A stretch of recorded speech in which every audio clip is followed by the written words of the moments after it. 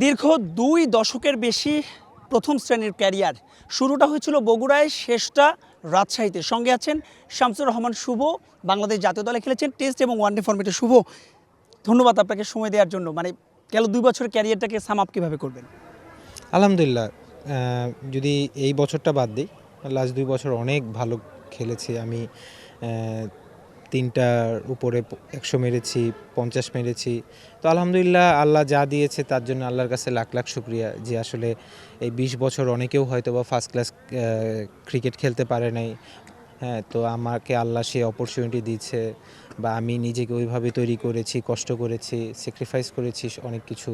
তো এদিক দিয়ে বলবো যে আলহামদুলিল্লাহ আমি অনেক লাকি যে আমি এতটা বছর বাংলাদেশ ক্রিকেটকে সার্ভ করতে পেরেছি।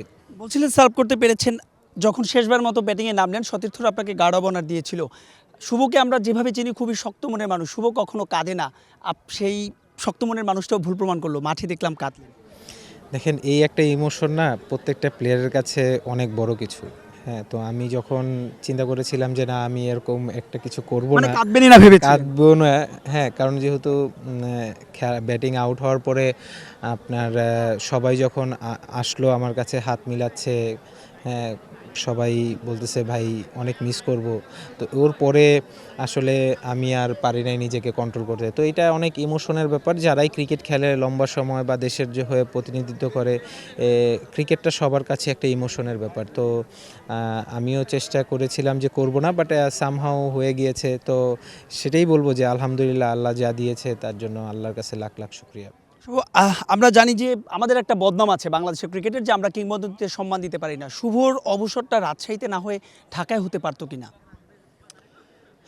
পরিবারের সামনে, সবার সামনে আরেকটু জমকালো ভাবে হতে পারতো, হতে পারতো, বাট তারপরেও যেটা হয়েছে আলহামদুলিল্লাহ, আমার এতে কোনো এখন আর কষ্ট করে বা ইয়ে করে বলে লাভও নেই। কাউকে ব্লেম করতে চাচ্ছেন না? হ্যাঁ, আর করে লাভও নেই। বাট আমার মনে হয় যে চাইলেও হয়তো বা পারতো, বাট সামহাও যেহেতু হয় নাই বা ইয়ে, সেটাতে আমার কোনো আক্ষেপ নেই।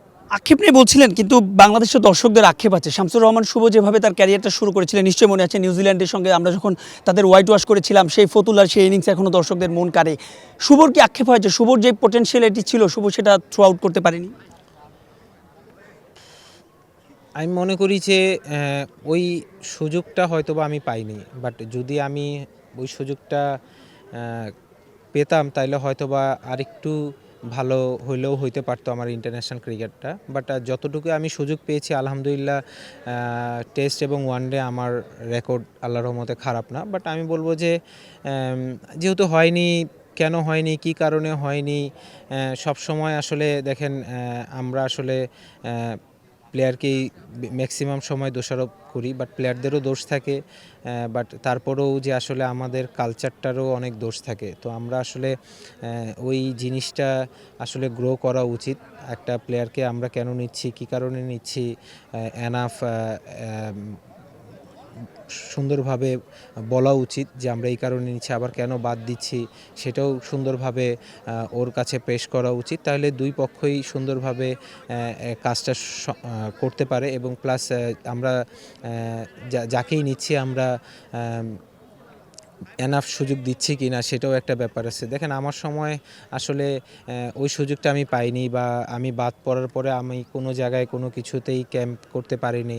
তো তারপরেও আমি ডোমেস্টিক ক্রিকেটে তারপরে ৩-৪ বছর আমি ফাটিয়ে রান করেছি। স্টিল নাও খেলা ছাড়ার আগেও আমি রান করেছি। বাট তারপরেও বলবো যে আসলে একটা সুযোগ দিলেও হয়তো বা পারতো, বাট হয় নাই আলহামদুলিল্লাহ। বাট এরকম তো আর ৩টা ফরম্যাটে অনেক প্লেয়ার আছে যে যারা কেউ একটা ফরম্যাটে খেলে, কেউ ২টা ফরম্যাটে খেলে। বাট আলহামদুলিল্লাহ আমি বাংলাদেশের ৩টা ফরম্যাটই আমি খেলেছি। তো এটা অবশ্যই আমি মনে করি যে আমার জীবনের সবচেয়ে বড় পাওয়া। একদম শেষ প্রশ্ন, আক্ষেপ তো নিশ্চয়ই আছে, একটু প্রত্যাশার কথা শুনতে চাই। আপনার ছেলেও ক্রিকেট খেলে, ছেলেকে ক্রিকেটার হিসেবে দেখতে চান কিনা? অনেস্টলি স্টিল নাও আমার এই জিনিসটা বলাটা খুবই ডিফিকাল্ট যে আসলে কি হবে। ও খেলার প্রতি ওর আগ্রহ, ডেডিকেশন, মানে বলবো যে অনেক বেশি। একটা বাচ্চা একদিন প্র্যাকটিস করার পরে, ২ দিন প্র্যাকটিস করার পরে ফ্যাটিকনেস চলে আসে, আবার প্র্যাকটিসে যেতে চায় না। বাট ও মাশাআল্লাহ এভরিডে আমাকে পুশ করে যে আমি প্র্যাকটিসে যাব।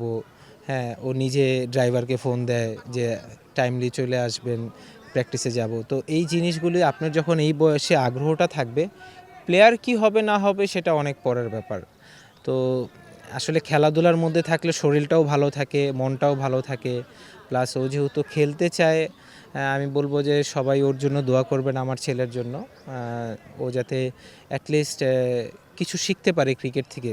হ্যাঁ, কী হবে না হবে সেটা আমি কেয়ার করি না, বাট আমি কেয়ার করি যে ও যেই প্রফেশনটাই বাছাই করবে নিজে থেকে, ও যাতে ওই জিনিসটা এনজয় করে, প্লাস ওই জিনিসটা ও মন থেকে অনেক কিছু যাতে শিখে।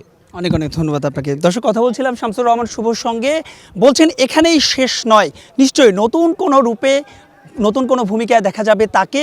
হয়তো একটা ক্রিকেটীয় ক্যারিয়ারের ইতি টেনেছেন তিনি, হয়তোবা দ্রুতই দেখা যাবে আবারও বাংলাদেশ জাতীয় দলে, ওই যে বলছিলাম মেন্টর, কোচ কিংবা নতুন কোনো ভূমিকায়। মাহবুব রিমন, স্টার নিউজ, রাজশাহী।